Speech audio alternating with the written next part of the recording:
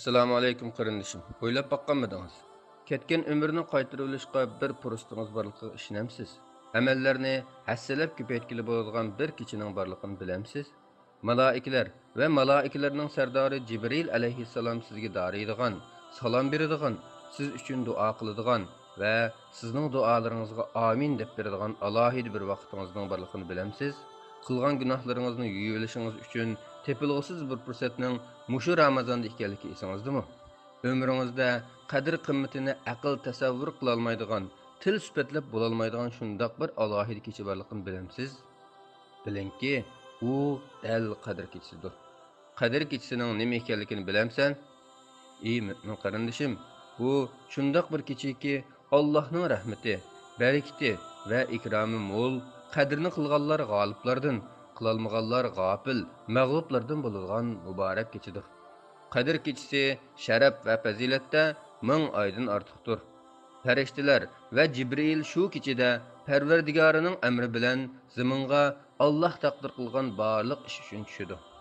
Shu kecha tong yo'rg'onga qadar butunlay tinch omonlikdan iboratdir.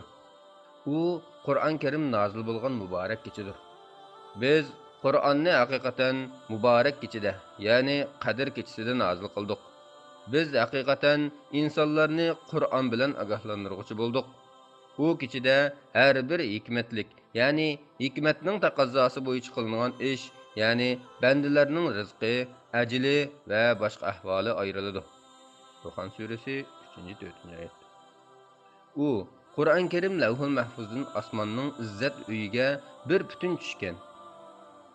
Keyin zaminga parcha-parcha tushgan muborak kechadir. U Alloh ulug' qilgan va eng ulug' sifatlar bilan sifatlagan muborak kechadir. Alloh taolo mundaq deydi: Qadr kechasining nima ekanligini bilamsan? Ya'ni u kechining qadr qimmati insoniyatning bilish doirasining sirtidir. U kechining qadr qimmati faqat g'ayblarning yagona bilguvchisi Alloh o'zi biladigan bir g'aybdir.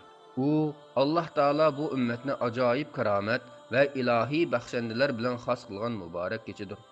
Allah o kechada qilingan ibodatni ilgirki ummatlar qilgan 1000 oylik ibodatdan afzal qildi.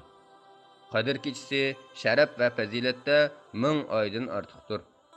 Demak, bu kechadagi ibodat bir musulmonning uzluksiz 83 yil 4 oy qilgan toat ibodatiga barobardir.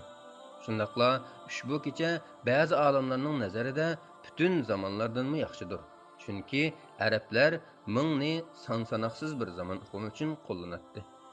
U malaikalar yer yuzini obod qilib, zaminni qorshaydigan, arsh aholilari farsh aholilaridan bo'lgan mu'minlarga mehmon bo'lib kelgan va hatto eng ulug' va eng afzal malaika samodin Sidratul Muntahadan yer yuziga tushib toki tong otqicha insonlarning duolariga amin deb beradigan, bir-biriga va masjiddagi mu'minlarga salom beradigan muborak kechadir. Farishtalar va Jibril shu kechada Parvardigorining amri bilan zaminga Alloh taqdir qilgan barliq ish uchun tushadi. Shu kecha tong yo'rg'onga qadar butunlay tinch omonlikdan iboratdir. U muborak hukm kechasidirki, Allohning qadr hukmi bilan shar'iy hukmi shu kechada birlikda tushgandir. Haqiqatan u kechada insonlarni Allohga yaqinlashtiruvchi o'gitlar va shar'iy hukmlar bilan to'lgan Qur'on Karim tushgan kechadir.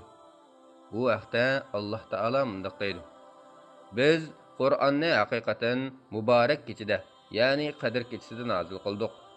Biz haqiqatan insonlarni Qur'on bilan ogohlantiruvchi bo'ldik. Duxon surasi 3-oyat.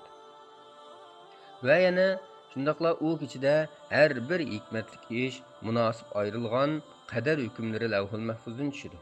Bu vaqtda Alloh taolo mundaq deydi: U kechada har bir hikmatlik, ya'ni hikmatning taqozosi bo'yicha qilingan ish, ya'ni bandalarning rizqi, ajli va boshqa ahvoli ayriladi. Shu kecha taqdir qilingan ishlarning hammasi bizning dargohimizdan bo'lgan ishdir. Biz haqiqatan insonlarga payg'ambarlarni avatguchi bo'ldik. Duxon surasi 4-5-oyat. Ushbu kechining barakatlaridan biri Allohning iymon ahli uchun rahmat bo'lgan qadarlarni tushirishidir.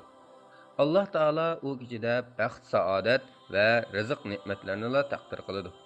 Mazkur kecha baloyi ofat va g'azab jazo taqdir qilingan boshqa kechalarga o'xshamaydi. Shayton u kechada mu'minalarga ta'sir ko'rsatolmaydi. Shu kecha tong yo'rg'onga qadar butunlay tinch omonlikdan iboratdir.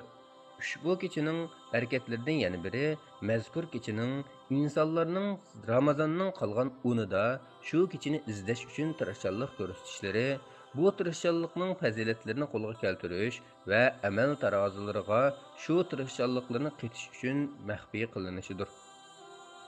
Ushbu kechining barakatlaridan yana biri shuki, kechini iymon aytgan va savob talab qilgan holda qiyom turgan, zikr va duo bilan o'tkazgan kishining kichik gunohlarining kechirim qilinishidir.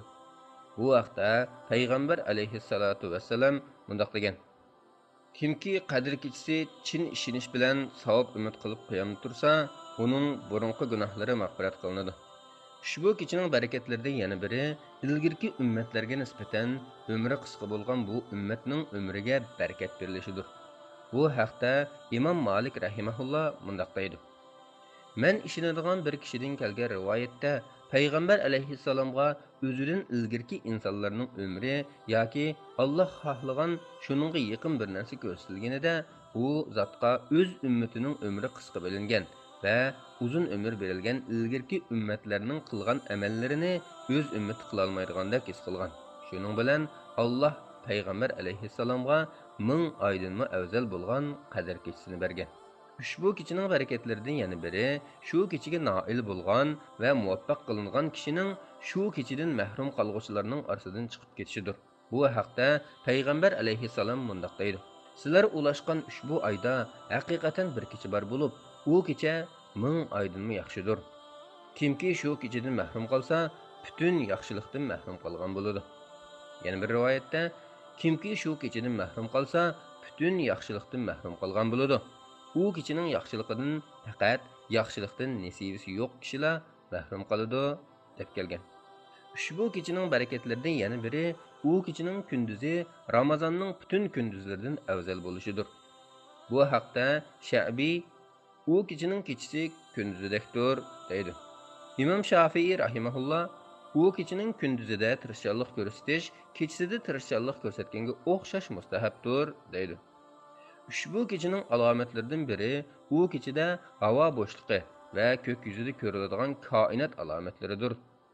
Ubay ibn Ka'b radhiyallohu anhu Rasululloh sallallohu alayhi va sallamning atiganda quyoshning oq va nursiz holati chiqishi shu kecha qadr kechasi bo'lganligining alomatidir deganligini rivoyat qiladi.